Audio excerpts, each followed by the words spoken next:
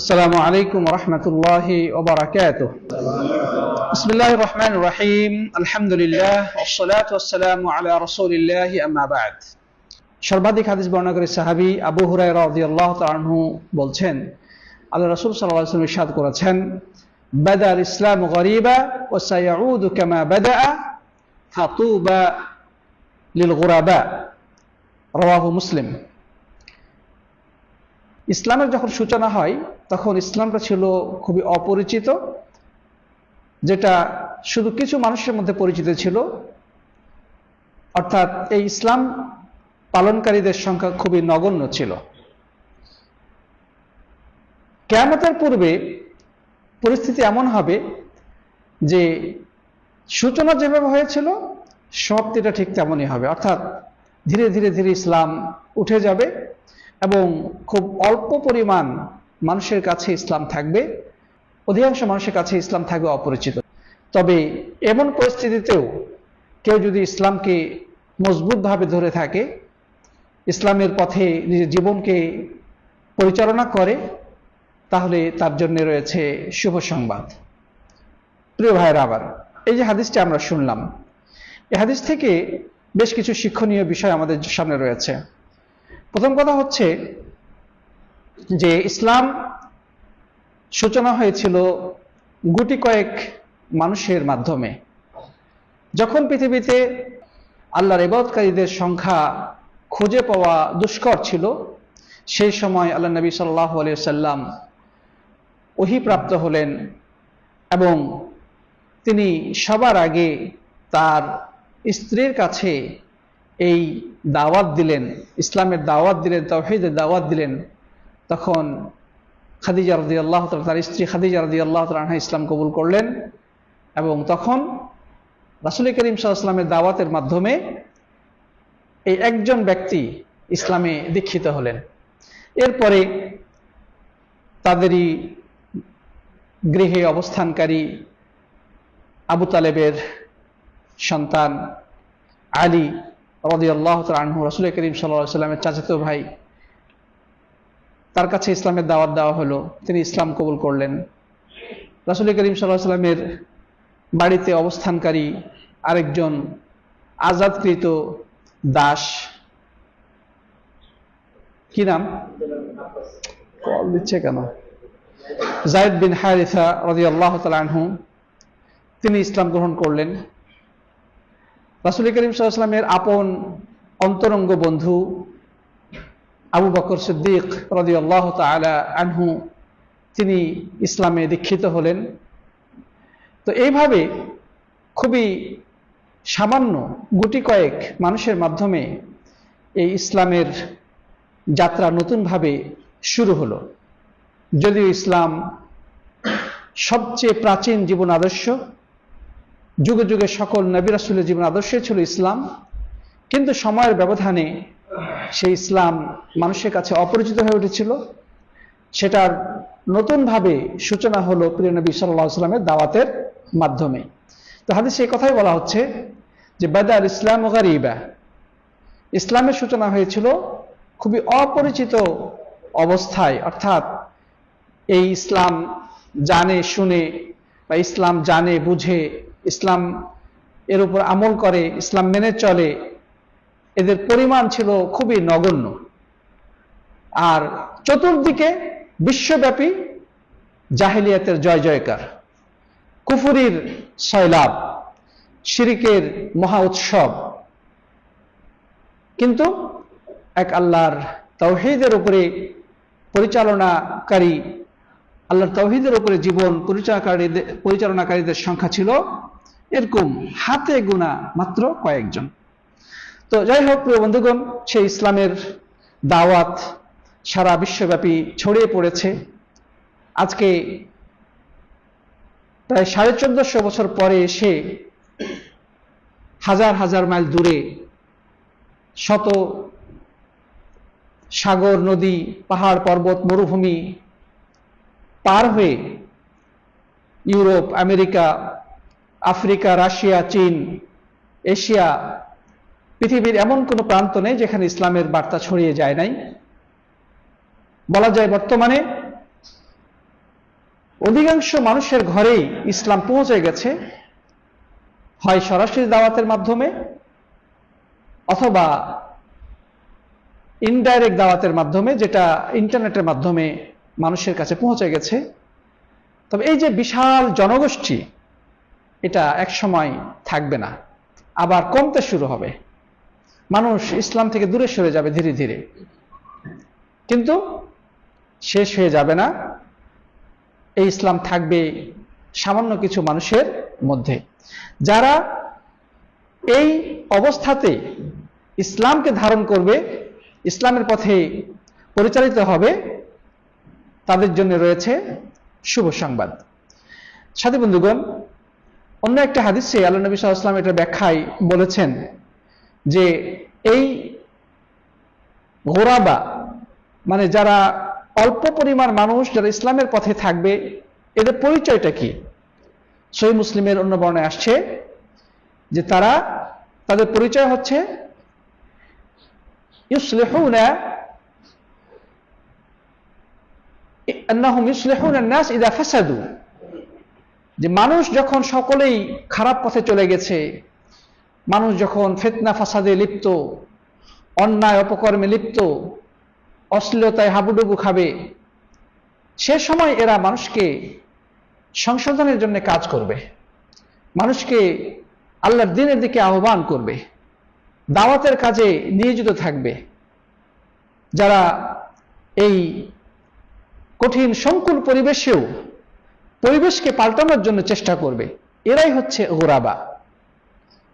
এদের সাথে যখন কেউ মিশবে, এরা যখন কোনো কথা বলবে, তখন মানুষ আশ্চর্য হয়ে বলবে যে কি তোমরা বলতেছো এগুলা, আরে আধুনিক যুগে কি এগুলা চলে নাকি?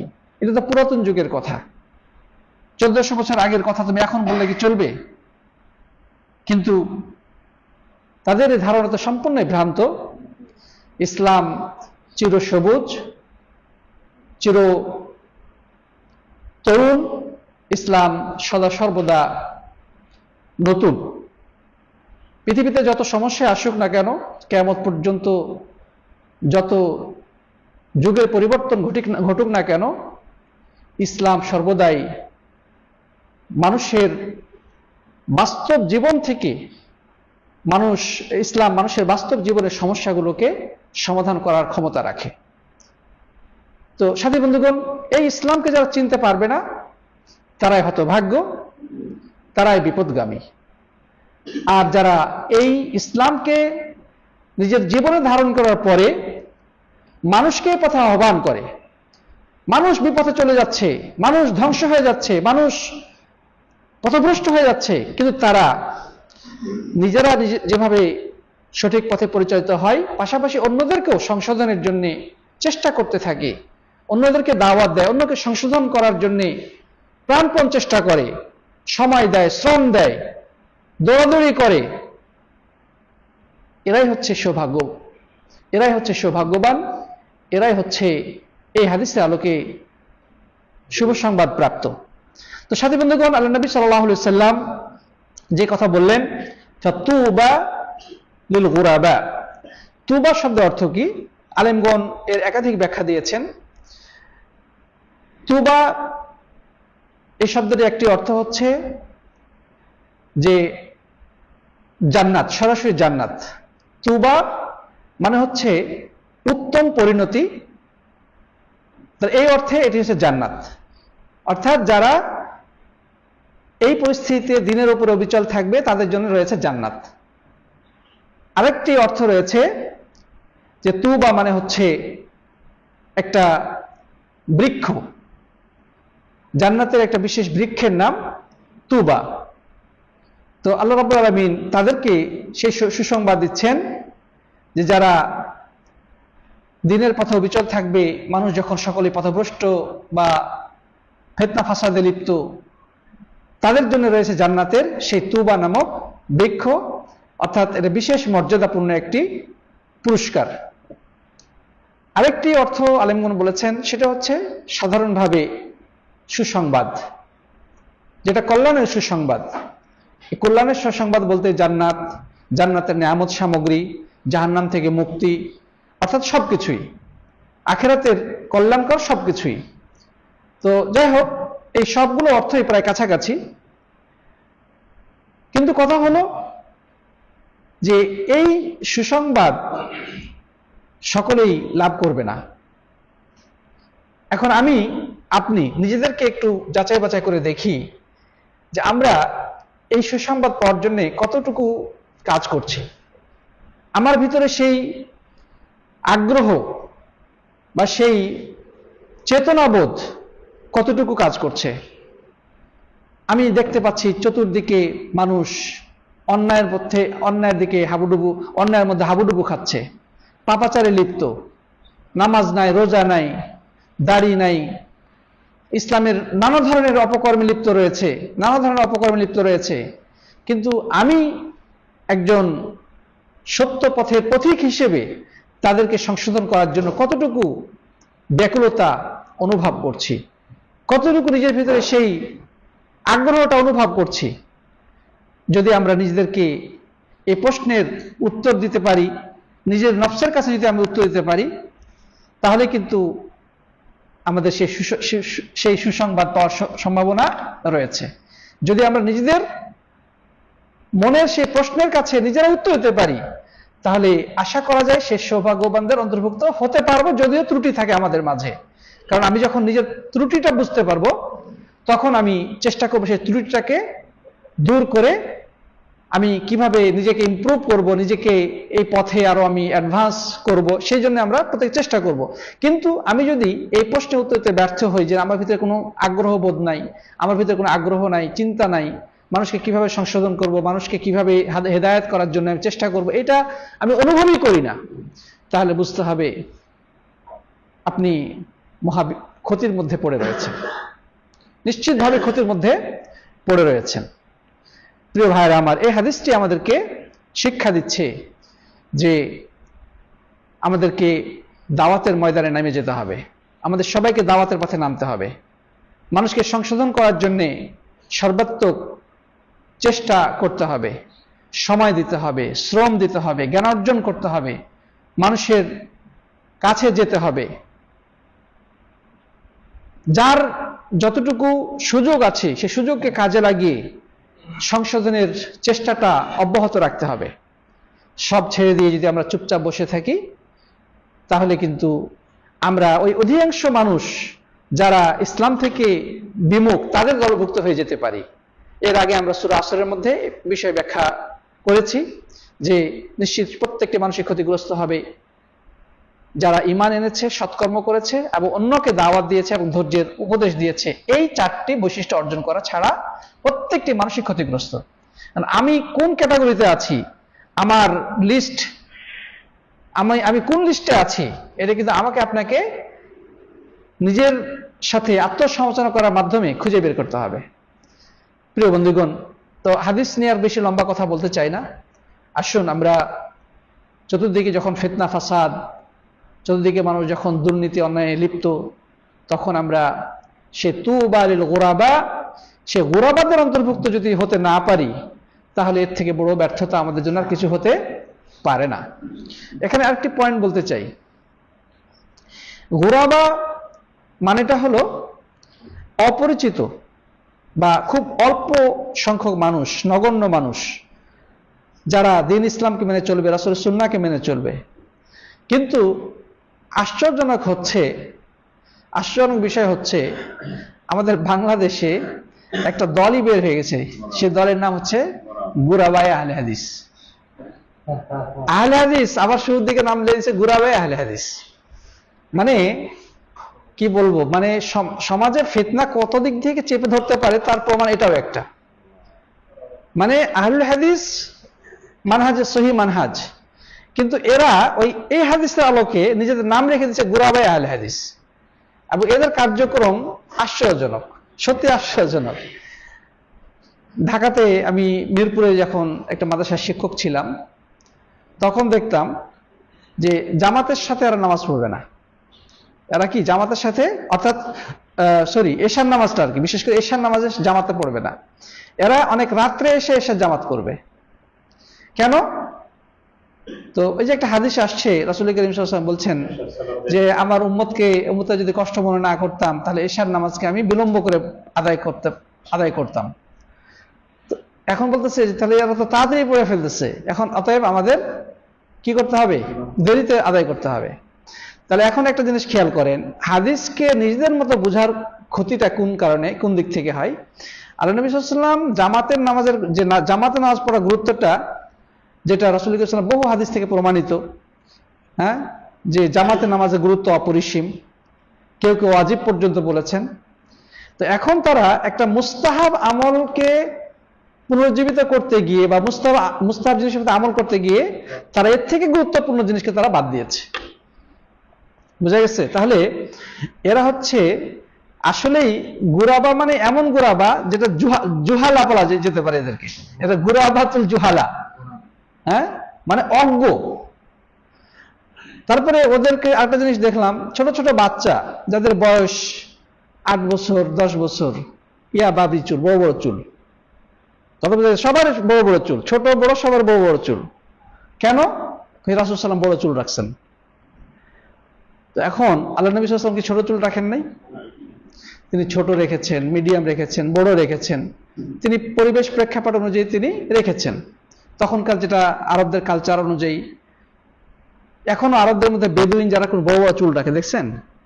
তো তখনকার যুগে এটা ছিল। আল্লাহ নবী সাল্লাল্লাহু আলাইহি ওয়াসাল্লাম কখনো বড় চুল রেখেছেন এবং এটাকে বেনি করে রাখা হয় না, কি জানে বলে, বেনি বেঁধে রাখা হয়, হ্যাঁ, এভাবে রেখেছেন। তারপরে আল্লাহ নবী সাল্লাল্লাহু আলাইহি ওয়াসাল্লাম কখনো ছোট ছোট রেখেছেন। তাহলে এখন ওরা যদি এটাকে আবশ্যক করে ফেলে যে ছোট বড় সবার জন্য বড় চুল রাখতে হবে, তাহলে তারা হাদিসের অপব্যাখ্যা করলো, রাসূলের সুন্নাহকে অপব্যাখ্যা করলো। আরেকটা হচ্ছে ছোট বাচ্চাদের যে বিষয়টা, শিক্ষিত মতো ছোট বাচ্চাদের যে বিষয়টা, ছোট বাচ্চাদের জন্য বড় চুল রাখতে হবে, এটা কে বলেছে? বরং আলেমগণ বলেছেন, যদি ছোট বাচ্চাদের বড় চুল রাখার কারণে নারীদের সাদৃশ্য দেখা যায়, কারণ তাদের দাড়ি নাই, হ্যাঁ, ছোট সুদর্শন বাচ্চা যদি বড় চুল রাখার কারণে মেয়েদের মতো দেখা যায়, তাহলে ফিতনার সম্ভাবনা রয়েছে। তো সেখানে নিষেধ করতে হবে, সেখানে এটা রাখা যাবে না। বুঝা গেছে কিনা?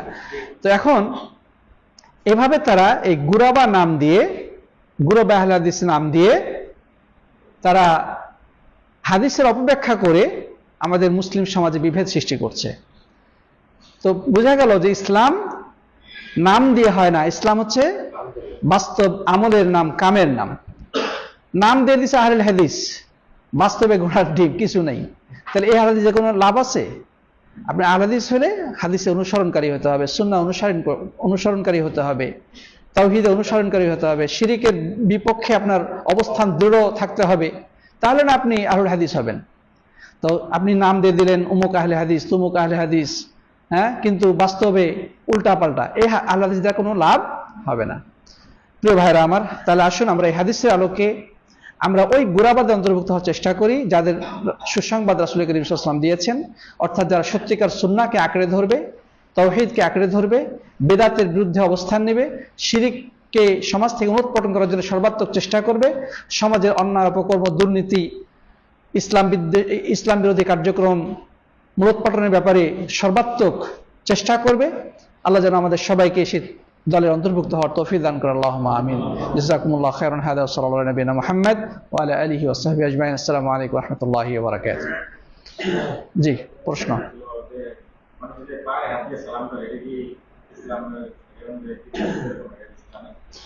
পায়ে হাত দিয়ে সালাম করার ভিত্তি ইসলামে